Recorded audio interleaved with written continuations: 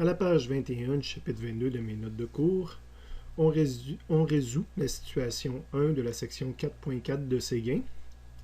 La seule situation de cette section-là de Séguin qui porte sur l'énergie cinétique, là, sur le sujet du présent chapitre. Donc, je vais vous demander d'arrêter la vidéo, d'aller lire le libellé de la situation à la page 490 de Séguin. À la deuxième lecture, on identifie nos données. On désire calculer l'énergie cinétique d'un cylindre de cuivre de 3 mètres de rayon. Donc, on nous mentionne tout de suite la variable inconnue au départ. L'énergie cinétique, c'est des joules d'un cylindre de 3 mètres de rayon et de 2 mètres de hauteur, donc des dimensions, qui tourne autour de son axe de symétrie à 500 tours par minute, 500 rotations par minute, RPM. Le cuivre a une masse volumique de 8900 kg par mètre cube. Donc, le ρ est égal à 8900 kg par mètre cube. Soit qu'on fait notre dessin ou qu'il y a une base de dessin qui a été fournie. Le K, c'est l'énergie cinétique que de l'objet en rotation. Le R, c'est notre rayon. Le H, la hauteur, fait qu'on les ajoute au besoin sur notre dessin. La vitesse angulaire, on monte notre axe de rotation, puis une petite flèche qui montre qu'on tourne alentour de cet axe de rotation-là, puis on met notre variable vitesse angulaire. Le ρ, c'est une caractéristique de l'objet, donc on le met sur l'objet également.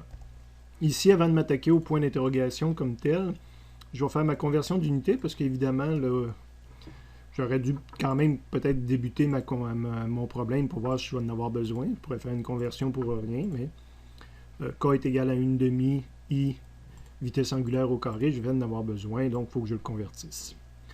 Donc, j'écris 500. RPM, soit j'écris rotation par minute ou tour par minute, avec la méthode qu'on a enseignée dans le cours. Donc, on met dénominateur, numérateur pour voir nos simplifications. Je vais faire disparaître tour, donc 2 pieds radians pour un tour. Le tour, je ne l'ai pas barré, mais je pourrais le barrer présentement. Minute, c'est 1 minute pour 60 secondes. Minute peut se barrer, il reste juste radian par seconde. Souvent, ce que je vais faire, c'est que je ne ferai même pas mon calcul. Je vais garder mon pied à côté. Je regarde, c'est 500 x 2 fait 1000 divisé par 60. Ça fait un coup qu'on le met au plus petit, je ne me rappelle plus comment on appelle ça. Là, la plus petite fraction que je peux prendre, c'est 50 tiers. Ou tu le pitonnes sur une calculatrice, puis ça fait un petit arrondissement, tu perds de la précision, mais c'est pas bien grave. Mon point d'interrogation, donc on cherche le K. Je pourrais aller voir dans le résumé du chapitre 22. Mais je m'en rappelle par cœur, K est égal à 1/2 I oméga au carré. Je rentre mes chiffres, ça fait 1/2 I, puis le 52,4, donc il reste que j'ai un inconnu, ça va me prendre une équation supplémentaire. C'est un I, donc c'est un calcul de moment d'inertie, chapitre 13. Donc je m'en vais dans les résumés, on voit chapitre 22, l'équation que je viens d'utiliser. Chapitre 13 maintenant. Résumé pour le chapitre 13, on a nos calculs de I ici. Donc pour un cylindre, 1/2 mr carré. Donc je vais utiliser la formule qu'il y a là. De retour à mon problème, c'est probablement ce que j'ai écrit ici, 1/2 mr carré. Je regarde qu'est-ce qui est connu. Le M n'était pas donné dans le problème. Excusez, le 3 était donné. Pas le 3, mais je veux dire le R était donné. Donc il me reste mon inconnu de M, et je vais utiliser le ρ pour le calculer. Je ne me rappelle plus de la définition de masse volumique. Je la trouve à quelque part dans les résumés. On l'a, je crois, dans le chapitre 8 qui porte sur FG. Puis on l'a dans les annexes aussi. On va aller voir. Donc, dans le résumé des notions générales, les annexes, propriété des matériaux. La masse volumique, c'est une propriété des matériaux. Donc, l'annexe E, je devrais trouver ça. Je vais dans l'annexe E. ρ est égal à mv, puis même sur la deuxième page, j'ai toutes des valeurs de masse volumique. Là. Fait que c'est ce que je vais utiliser dans mon problème. De retour à mon problème, donc définition de la masse volumique, je m'excuse encore. ρ est égal à m sur v, j'ai besoin du m, donc m va être égal à ρ fois v. Il faut que je calcule le v d'un cylindre. Je ne m'en rappelle pas, je pourrais aller dans les annexes comme je viens d'aller. Il y a un annexe qui s'appelle géométrie. Puis j'aurai le volume d'un cylindre plein, comment le calculer? C'est l'air fois la hauteur, pi r carré fois la hauteur. Cette fois-ci, j'arrive à le calculer à 100%, ce qui veut dire que j'ai plus besoin d'aller plus loin, que je pourrais prendre la 4 puis la mettre pour calculer la masse. Donc mon ρ fois V, ρ fois pi3, 2 ou fois 56,55, ça me donne une valeur. Un coup que je connais le M, je pourrais calculer le I si je désire avoir un chiffre.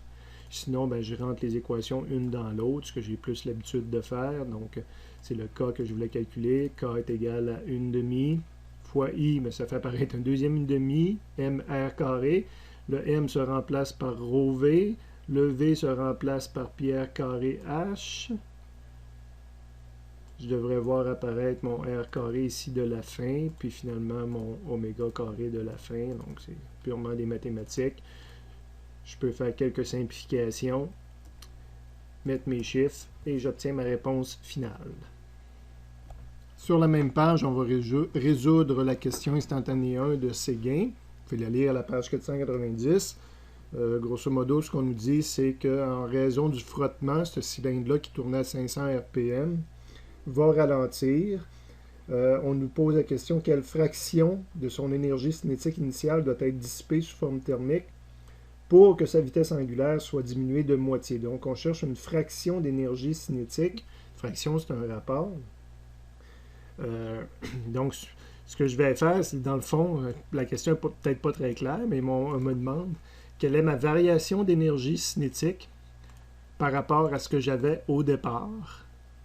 Okay, donc, une fraction, je viens de m'en créer une fraction. Je vais vérifier quelle est ma variation d'énergie cinétique par rapport à ce que j'avais au départ en pourcentage pour que ma vitesse finale soit rendue 1/2 de ma vitesse initiale. Donc, quelle fraction d'énergie je vais avoir perdue pour respecter ces conditions-là. Donc, je repars avec un calcul de delta K sur K. Ben, delta K, c'est 1/2, mais là, cette fois-ci, ce n'est pas du MV carré, c'est du I oméga final au carré, moins le K initial, mais c'est 1/2 I oméga initial au carré. Il y a le 100% qui est à la fin, divisé par le K initial, mais c'est 1/2 I oméga initial au carré. Fait que je m'aperçois qu'il y a des 1/2 partout que je peux simplifier, puis qu'il y a des I partout que je peux simplifier. Donc, il me reste oméga final au carré moins oméga initial au carré divisé par oméga initial au carré. Mais mon oméga final, je peux le remplacer par 1/2 oméga initial. Évidemment, c'était un oméga final au carré, donc tout ça est mis au carré, et ça fait apparaître oméga initial partout que je peux simplifier. Il me reste donc 1/2 au carré, soit 1/4, moins 1, divisé par 1. Ça ne change rien divisé par 1. Donc, 1/4 moins 1, ça fait moins 3/4 fois 100%, mais ça fait moins 0,75. Pas moins 0,75, ça serait plutôt moins 75. 3/4, c'est 75%. J'aurais dû l'écrire comme ça, moins 75%, moins 3/4.